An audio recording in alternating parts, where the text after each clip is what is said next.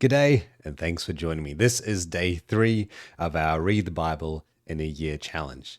Today, what we're reading is Genesis 8 to 11, and we're also reading Psalm 3. So, read with me. But God remembered Noah and all the beasts and all the livestock that were in the ark. And God made a wind blow over the earth, and the waters subsided, and the fountains of the deep and the windows of the heavens were closed. The rain from the heavens was restrained, and the waters receded from the earth continually. At the end of 150 days, the waters had abated, and in the 7th month, on the 17th day of the month, the ark came to rest on the mountains of Ararat. And the waters continued to abate until the 10th month. In the 10th month, on the first day of the month, the tops of the mountains were seen. At the end of the 40 days, Noah opened the window of the ark that he had made and sent forth a raven. It went to and fro until the waters were dried up from the earth. Then he sent forth the dove from him to see if the waters had subsided from the face of the ground. But the dove found no place to set her foot, and she returned to him to the ark, for the waters were still on the face of the whole earth. So he put out his hand and took her and brought her into the ark with him. He waited another 7 days, and again he sent forth the dove out of the ark. And the dove came back to him in the evening, and behold, in her mouth was a freshly plucked olive leaf. So Noah knew that the waters had subsided from the earth. Then he waited another 7 days and sent forth the dove, and she did not return to him any more. In the 601st year, in the 1st month, the first day of the month, the waters were dried up from the earth. And Noah removed the covering of the ark and looked, and behold, the face of the ground was dry. In the 2nd month, on the 27th day of the month, the earth had dried out. Then God said to Noah, "Go out from the ark, you and your wife, your sons and your sons' wives with you. Bring out with you every living thing that is with you, the birds, the animals, and every creeping thing that creeps on the earth, that they may swarm on the earth and be fruitful and multiply on the earth." So Noah went out, and his sons and his wife and his sons' wives with him. Every beast, every creeping thing, and every bird, everything that moves on the earth went out by families from the ark.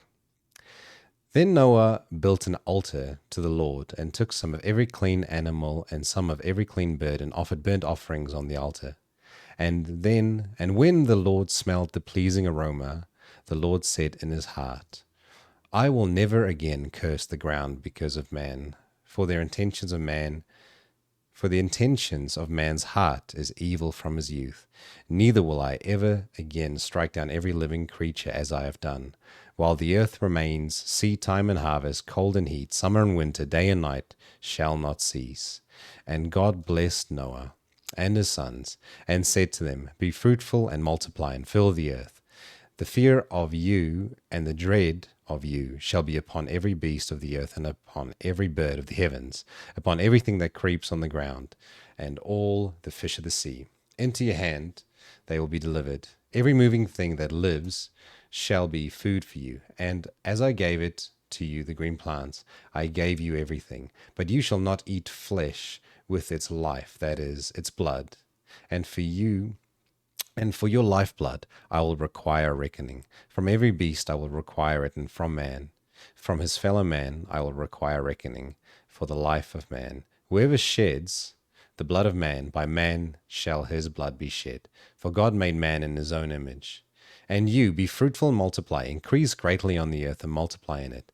Then God said to Noah and to his sons with him, "Behold, I establish my covenant with you and my covenant and your offspring after you, and with every living creature that is with you, the birds, the livestock, and every beast of the earth with you, as many as came out of the ark.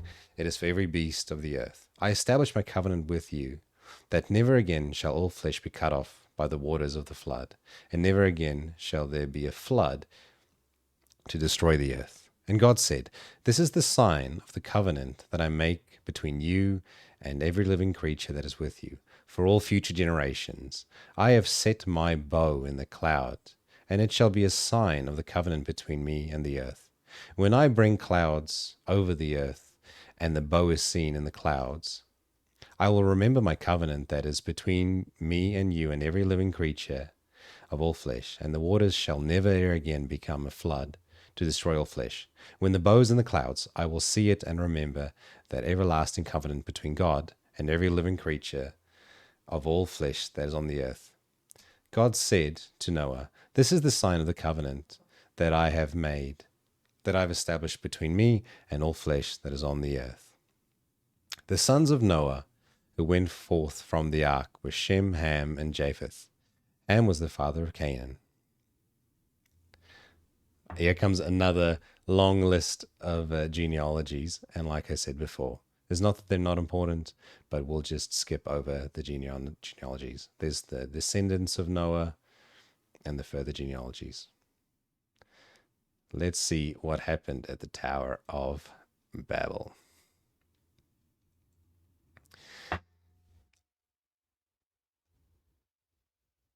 Now the whole earth had one language and the same words. And the people migrated from the east. They found a plain in the land of Shinar and settled there. And they said to one another, "Come, let us make bricks and burn them thoroughly." And they had bricks for stone and bitumen mortar. Then they said, "Come, let us build ourselves a city and a tower with its top on the heavens, and let us make a name for ourselves, lest we be dispersed over the face of the whole earth." And the Lord came down to see the city and the tower, which the children of man had built. And the Lord said, "Behold, they are one people, and they have all one language.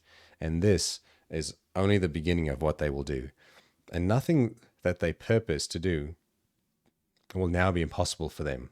Come, let us go down there and confuse their language, so they may not understand one another's speech." So the Lord dispersed them from there over the face of all the earth, and they left off the building. Therefore the name was called Babel, because there the Lord confused the languages of all the earth. And from there the Lord dispersed them all over the face of the earth. There's another long passage about the descendants of Terah.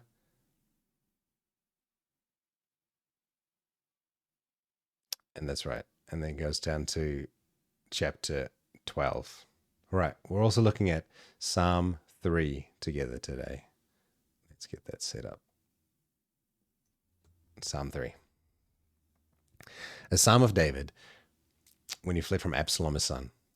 "O Lord, how many are my foes? Many are rising against me. Many are saying of my soul, there is no salvation for him in God.